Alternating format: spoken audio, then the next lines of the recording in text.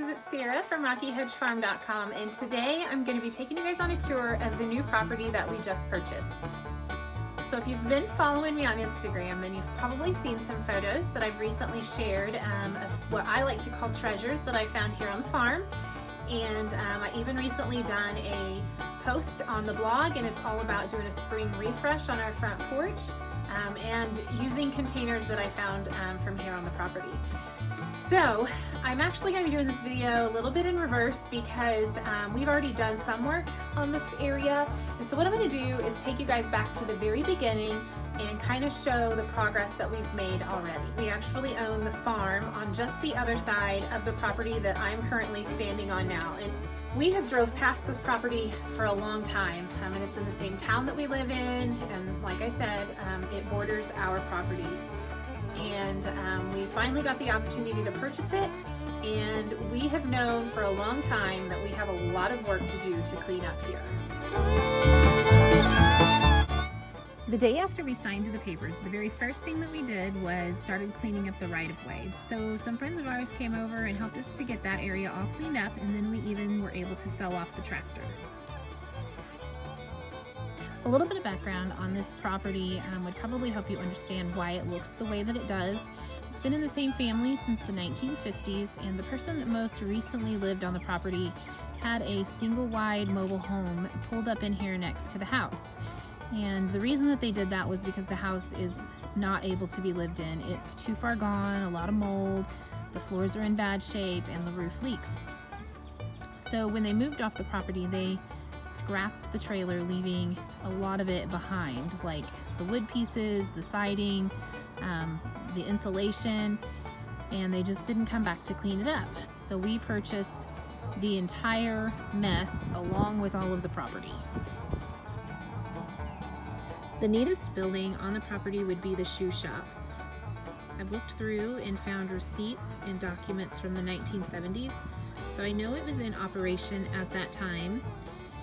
Thankfully, we have been able to go through and clean out a lot of the tools and different things, and we passed those on to a gentleman who actually owns a shoe shop in Arkansas.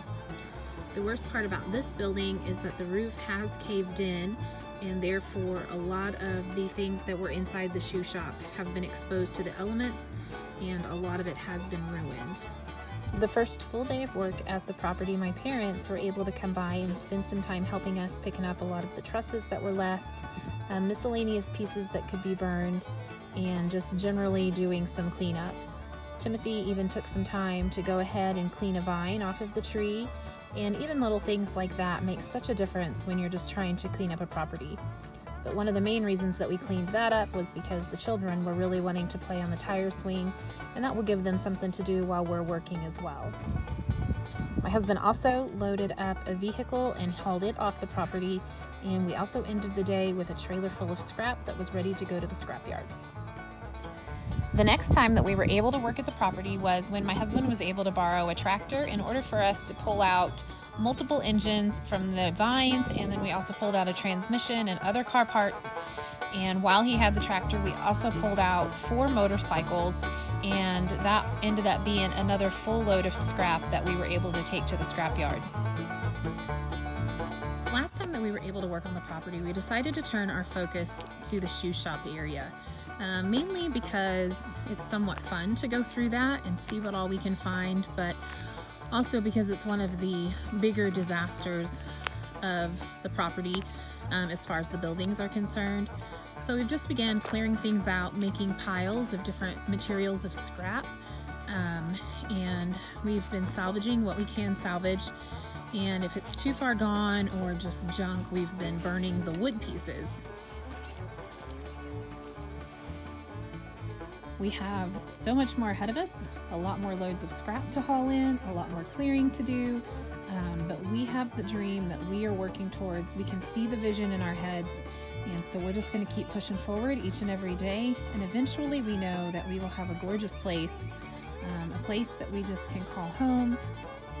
So I'm going to be trying to make this a series on the blog as we clean up, and as the process continues, I'll be sharing a lot of that. So don't forget to hit subscribe below so you stay up to date on all the latest happenings here at Rocky Hedge Farm. You can also visit me on the blog at RockyHedgeFarm.com.